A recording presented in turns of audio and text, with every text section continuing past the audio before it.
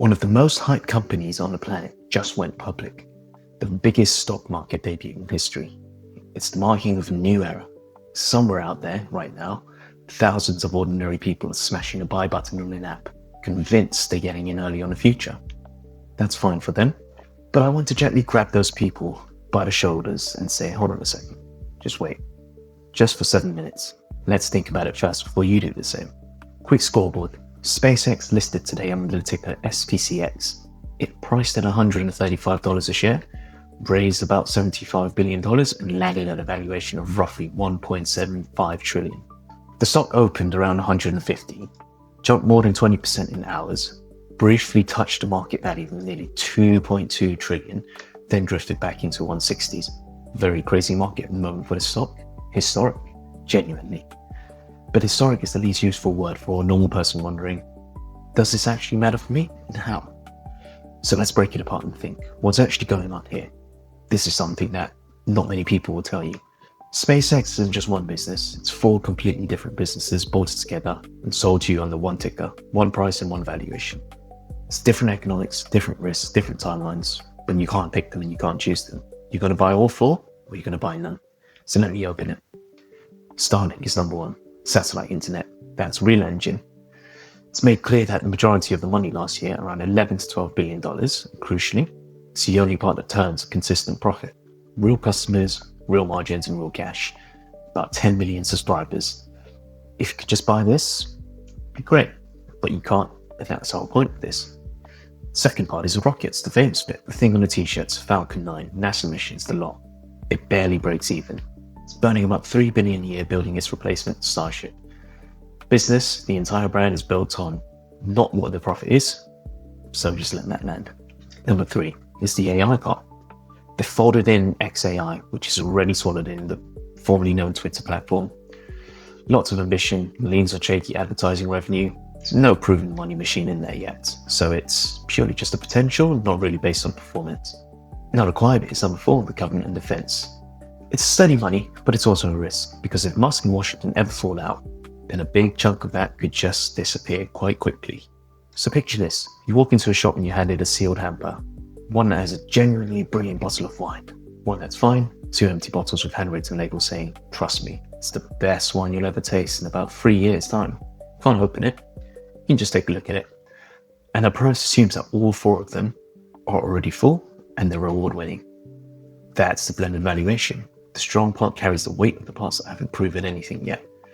Now, if you read the official filing, you'll find some crazy ambitions stated like they're already done deals. A Starship carrying people to Mars, data centers floating in space, and making humanity a multi-planetary species. I'm not mocking it. Musk has a real habit of doing this impossible situation. But as an investor, you're going to have to look at it in 2 separate ways. It can be really blurred. Is it inspiring? Absolutely. Has it happened? None of it at all.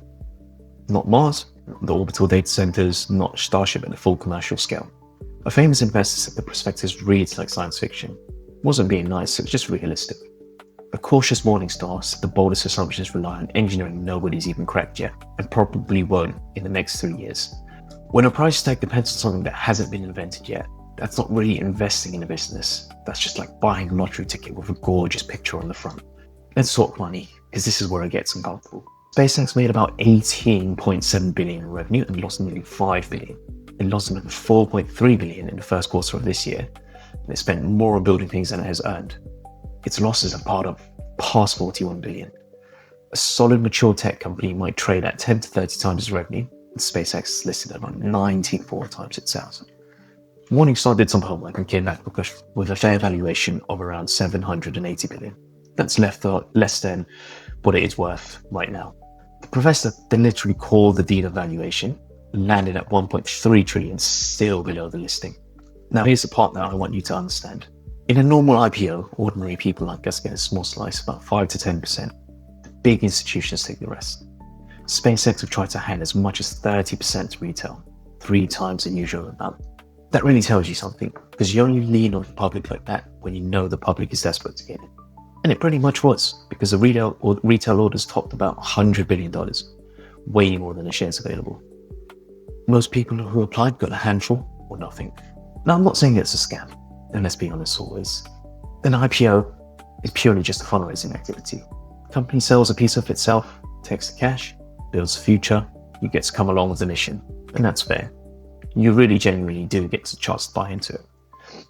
But look at the proportions. The giant 75 billion raise, it's only about 4% of the whole company. The other 96% stays with the insiders who aren't going to be selling a thing right now. So even at the headline 30%, regular investors are buying roughly 1% of SpaceX at the most expensive price it's ever carried, while the people who own the other 99% just keep holding it tight. And the one man that keeps over 80% of the voting control is Elon Musk. You almost get no say. And there's a lockup. In a few months, the insiders get their first chance to sell. Just think about it. Right, this is not really financial advice, just strong opinions on plain context, so really just make your own call on this. But I just want you to know if you earn somewhere between 30 and 100 grand, which is the average UK earner, to the higher end, SpaceX shouldn't really be near the foundation of your money. And the order doesn't change because a shiny float today. You should grab your full employment pension match if they have one, and you can. That's just free money waiting for you. Nothing here will ever beat it. You can fill your ISAs with a range of products that are diversified to match your risk. You need to hold an emergency fund, about 3 to 6 months of expenses that you might need.